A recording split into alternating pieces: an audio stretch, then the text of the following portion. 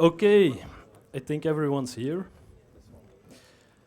I'm not going to try to keep you too long because I know that everyone's hungry.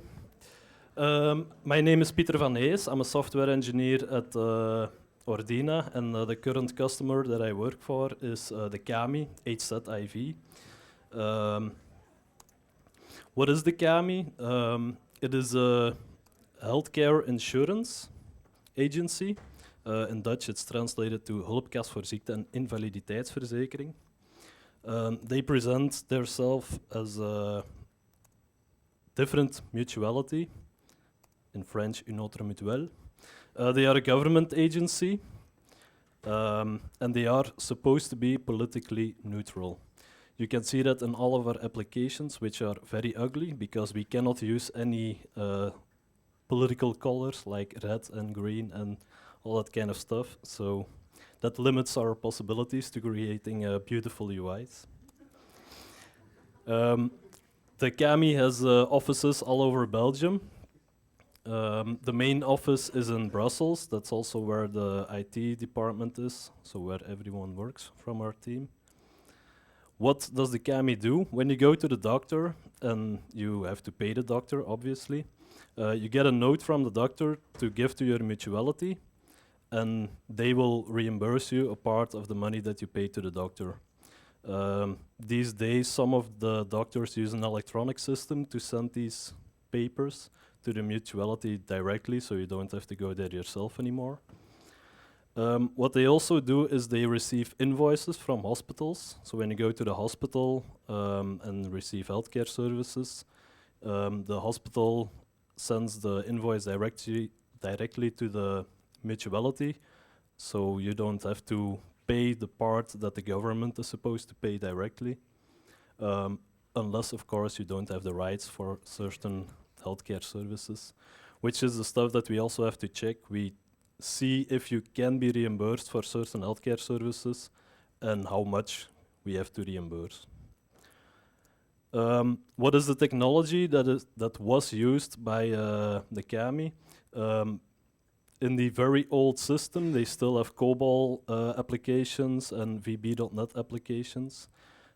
It's not so easy to find new COBOL developers these days, which is why they chose to rewrite all their old applications. The rewrite started, I think, something like 10 years ago, and they started writing them in Java 5, which is already quite old now. They used Swing, so it were desktop applications. They used Hibernate with XML mappings, SOAP and FTP-based web services, connect once in a while driven monitoring, so they would connect to the application or to the server on which the desktop application was running to see if it was still up and working. They had written deployment procedures, and I don't mean that it's automatically done. It was really written on paper which manual steps they had to do to deploy their service on an environment. They had a lot of expensive third-party product licenses and even more expensive support consultants to make sure their old software and products were still working. And they used the waterfall approach, which was not really a great success. So the whole technology they chose and the way they did it was not really successful. They had a project that was running for 5 years, which failed, more or less. It wasn't what the customer hoped that it would be.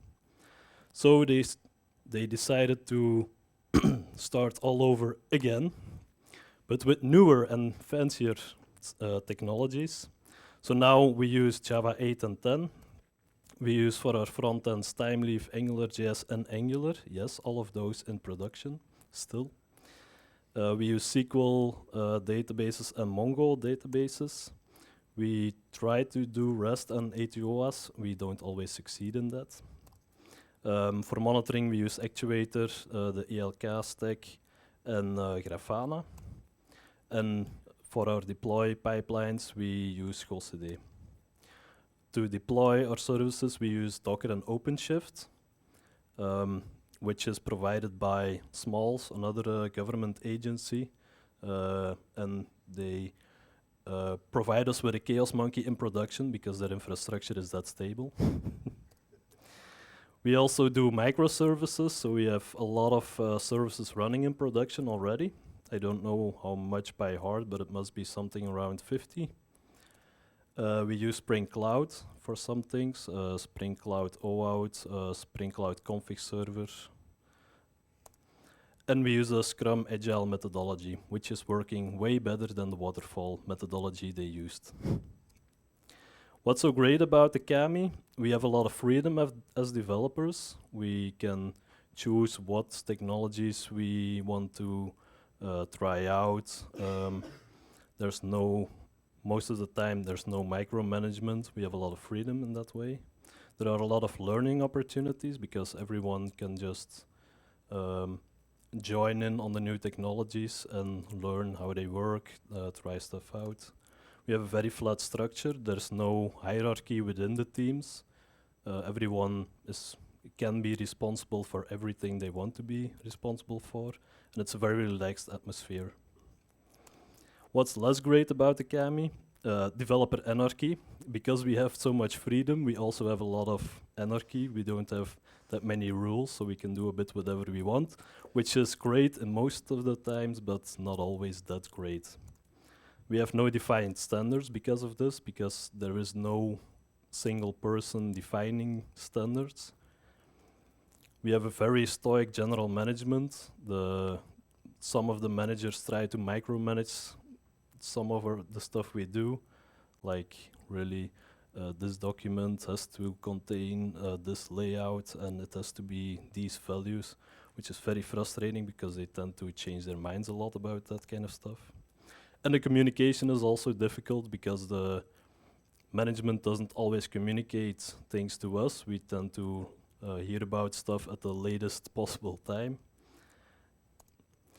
Why should you want to be at the Kami? It feels like a spy headquarters because it looks very old. There's a lot of old furniture and desks, but we have a lot of new high-tech stuff hiding behind these old desks and closets.